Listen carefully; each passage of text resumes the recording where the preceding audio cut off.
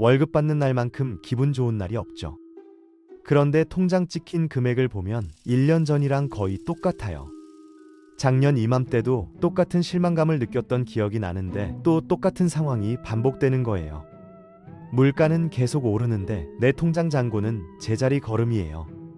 3% 인상받았다고 좋아했는데 알고 보니 물가도 3% 올랐더라고요. 커피값, 교통비, 밥값 다 올랐는데 내 월급은 실질적으로는 그대로거나 오히려 줄어든 거죠. 이게 우연이 아니에요. 당신이 모르는 사이에 작동하는 함정들이 있거든요. 그 함정들을 지금부터 하나씩 파헤쳐 보겠습니다.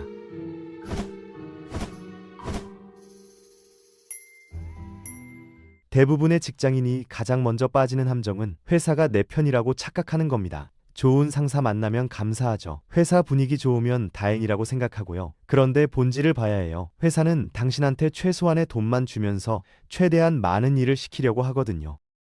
이건 회사가 나쁘다는 게 아니에요. 그냥 비즈니스가 원래 그렇습니다. 당신이 지금 받는 월급으로 계속 일을 잘해준다면 회사 입장에서는 더 줄 이유가 전혀 없어요. 이미 당신은 회사에 돈을 벌어다 주는 자산이잖아요. 월급을 올려주면 회사 수익이 줄어드는 거거든요. 실제로 제가 아는 사람이 한 회사에서 12년 동안 일했어요. 처음 시작할 때 연봉 4천만 원이었는데 12년 뒤에 5천만 원 받더라고요. 계산해보면 연평균 2%도 안 되는 인상률이에요. 물가 오르는 속도보다 느린 겁니다. 이 사람은 성실했고 일도 잘했는데 회사는 그냥 이 사람이 어차피 안 나갈 거라는 걸 알았기 때문에 최소한만 준 거죠. 나중에 이 사람이 후배가 자기보다 높은 연봉으로 입사하는 걸 보고 나서야 깨달았다고 하더라고요. 회사는 당신이 충성심 있다고 해서 월급을 올려주지 않아요. 당신이 언제든 다른 데로 갈 수 있다는 걸 보여줄 때만 움직이거든요. 여기서 두 번째 함정이 나옵니다. 바로 같은 회사에 너무 오래 있는 거예요. 한 회사에서 5년, 10년 일하면 안정적이고 좋다고 생각하는 사람들이 많은데 실제 데이터를 보면 정반대입니다. 3년에서 5년 정도 일하고 이직하는 게 돈 버는 데는 훨씬 유리해요. 회사 내부에서는 1년에 3%씩 조금씩 오르는데 이직하면 한 번에 20%에서 30%까지 뛰거든요. 요즘은 취업 시장이 예전만 못해서 20% 정도로 낮아지긴 했지만 그래도 회사 안에서 승진하는 것보다는 훨씬 낫습니다. 새로운 회사 입장에서는 이미 경험 쌓인 사람을 데려오는 거니까 처음부터 교육시킬 필요도 없고 바로 일시킬 수 있잖아요. 그만큼 돈 더 줄 가치가 있는 겁니다. 계산을 한번 해볼까요? 10년 동안 한 회사에서 매년 3%씩 올려받으면 결국 물가 감안하면 제자리예요. 4천만 원으로 시작했으면 10년 뒤에 5,200만 원 정도 받는 거죠. 그런데 똑같은 10년 동안 4번 이직해서 매번 20%씩 올리면 완전히 다른 소득 구간으로 올라가는 겁니다. 4천만 원에서 시작해도 10년 뒤에는 8천만 원 넘게 버는 거예요. 거의 2배 차이가 나는 거죠. 편하게 있으려면 대가를 치러야 하는 거예요. 세 번째 함정은 내가 시장에서 얼마나 받을 수 있는지를 모른다는 거예요. 이거 진짜 답답한 게 대부분 사람들이 자기가 받아야 할 적정 연봉을 전혀 몰라요. 그냥 지금 받는 게 적당하겠거니 생각하고 사는데 실제로는 5천만 원을 더 받을 수 있는 사람이 그걸 모르고 있는 경우가 엄청 많아요. 요즘은 잡코리아나 사람인, 원티드 같은 곳에서 실제 연봉 정보를 다 볼 수 있거든요. 근데 사람들은 안 찾아봐요. 그냥 회사가 알아서 공정하게 줄 거라고 믿고 있는 거죠. 회사는 시장 조사를 다 해놨어요. 각 직급별로 줄 수 있는 연봉 범위도 다 정해놓고 있고요. 당신이 연봉 협상할 때는 준비 다 된 상대와 맨손으로 싸우는 거나 마찬가지예요. 당연히 질 수밖에 없죠. 네 번째 함정은 연봉 올려달라고 하는 게 건방지다고 생각하는 거예요. 그래서 돌려서 얘기해요. 요즘 일이 많아졌는데요. 이런 식으로 슬쩍 힌트만 주는 거죠. 그런데 상사는 몰라요. 상사도 자기 예산 지키느라 바쁘거든요. 확실하게 요구하지 않으면 아무도 알아서 안 줘요. 제가 지난 1년간 이런 성과를 냈고 시장 연봉이 이 정도인데 인상을 논의하고 싶습니다. 이렇게 명확하게 말해야 해요.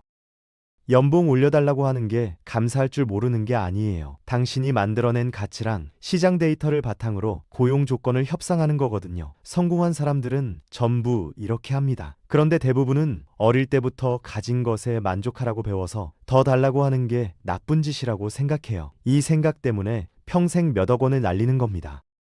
다섯 번째 함정은 위험을 감수할 여유가 없다고 생각하는 거예요. 직장이 싫어도, 회사가 날 인정 안 해줘도, 내 능력이랑 안 맞는 업계여도 계속 다니잖아요. 왜 그럴까요? 무서우니까요. 그런데 가만히 있는 것도 위험해요. 내 기술이 뒤처지는 위험, 좋은 기회를 놓쳐버리는 위험. 50살 되어서 보니까 30년 동안 날 제대로 대우해주지도 않은 회사에서 인생을 다 보냈다는 걸 깨닫는 위험이 있거든요.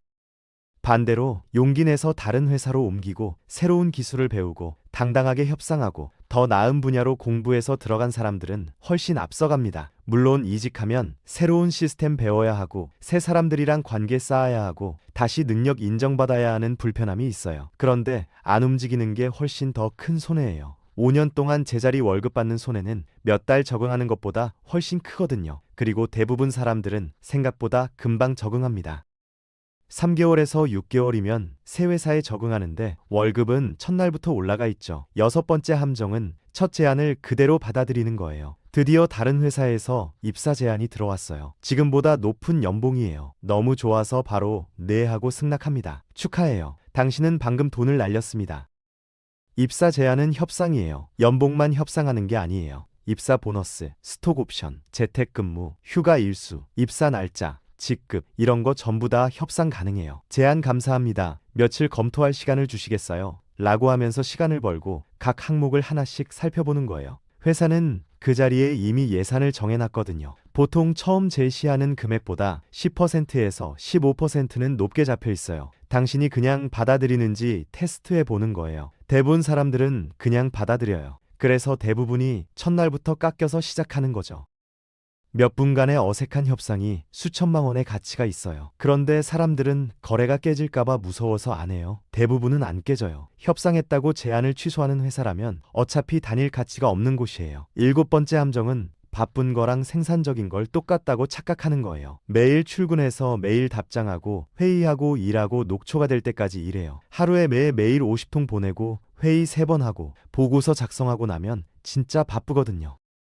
그러면 회사가 알아줄 거라고 생각하죠. 그런데 회사는 당신이 얼마나 바쁜지로 돈을 주는 게 아니에요. 다른 사람이 그 일을 얼마를 받고 할 수 있는지를 보고 주는 거예요. 바쁘기만 하고 실제로 중요한 일에 영향을 못 끼치면 시장 가치가 안 올라가요. 그냥 매일 똑같은 일만 반복하고 있을 뿐이죠. 당신보다 훨씬 많이 버는 사람들은 더 열심히 일하는 게 아니에요. 다르게 일하는 거예요.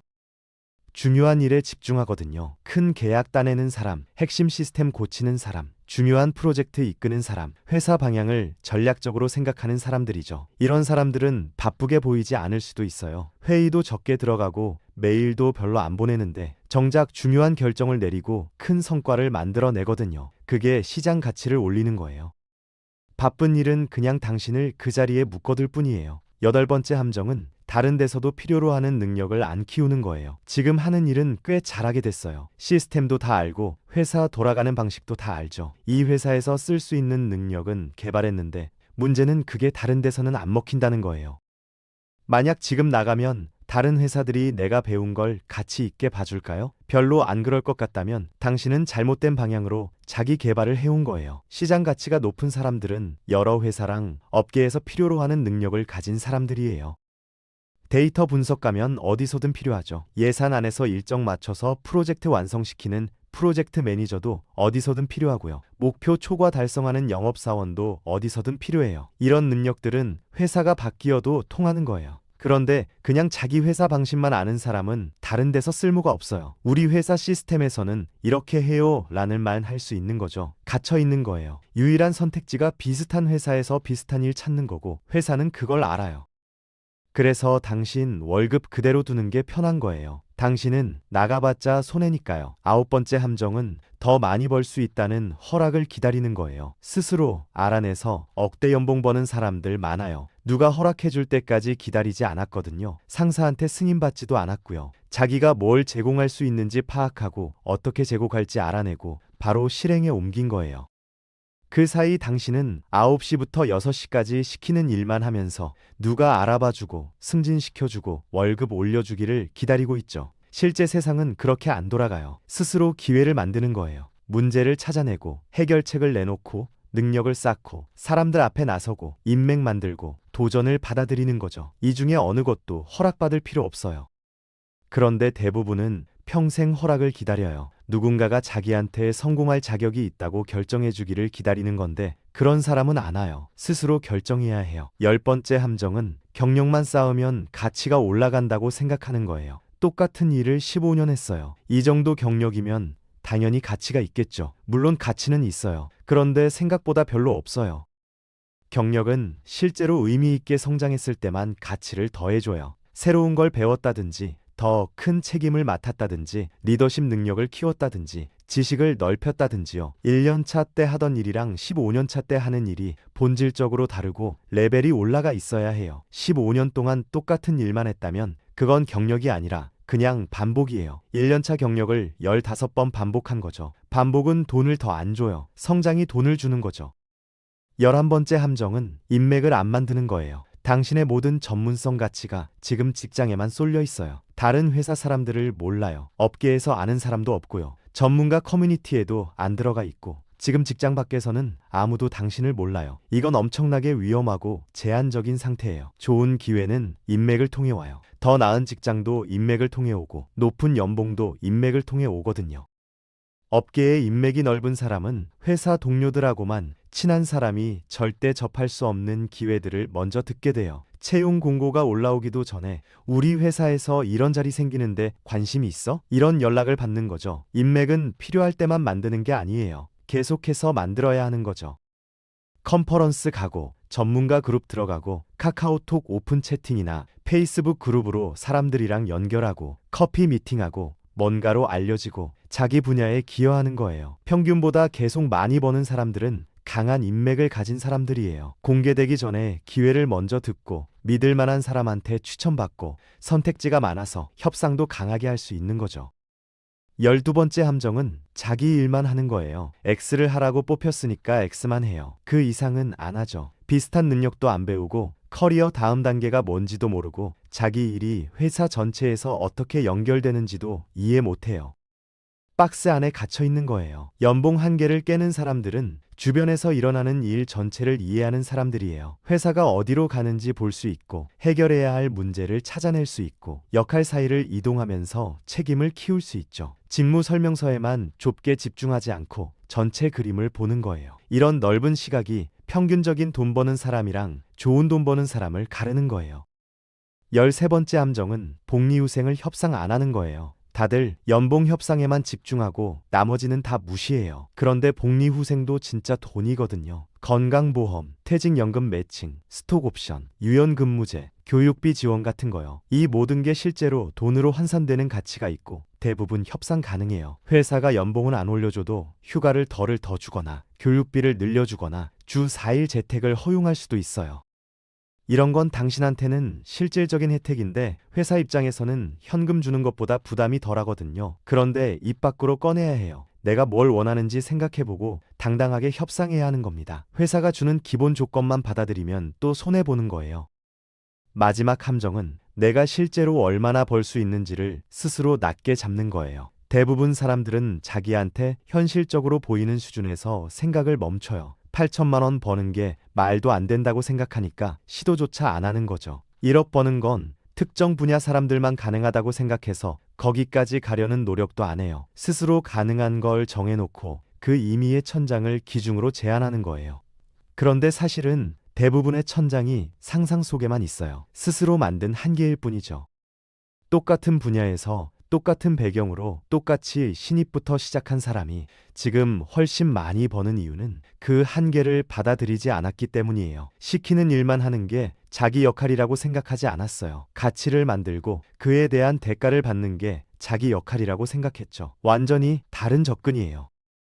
기회는 있어요. 돈도 거기 있고요. 더 좋은 자리도 있고 당신이 생각도 못한 커리어 길도 있어요. 그냥 아무도 당신한테 와서 알려주지 않을 뿐이죠. 기다리지 말고 찾아 나서면 되는 거예요. 대부분은 안 해요. 이거 읽고 맞네, 그렇구나 하고 고개 끄덕이다가 내일 되면 똑같이 살아갈 거거든요. 변하는 게 무섭고 귀찮으니까요. 이 14가지 함정 중에 하나라도 벗어나는 게 어려운 일은 아니에요. 특별한 인맥이 필요한 것도 아니고 내부 정보가 필요한 것도 아니고 불공정한 이점이 있어야 하는 것도 아니에요.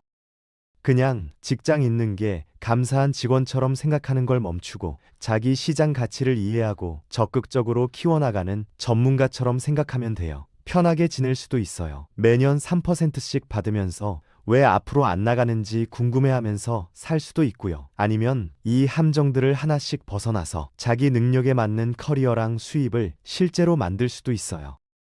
선택은 정말로 당신한테 달려 있어요. 그런데 5년 뒤에 용기 내서 움직인 사람이랑 그 자리에 머물면서 저절로 나아지길 바란 사람의 재정 상태는 완전히 달라져 있을 거예요. 저절로는 안 나아져요. 당신이 나아지게 만들어야 하는 거죠. 지금까지 지식환전소였습니다.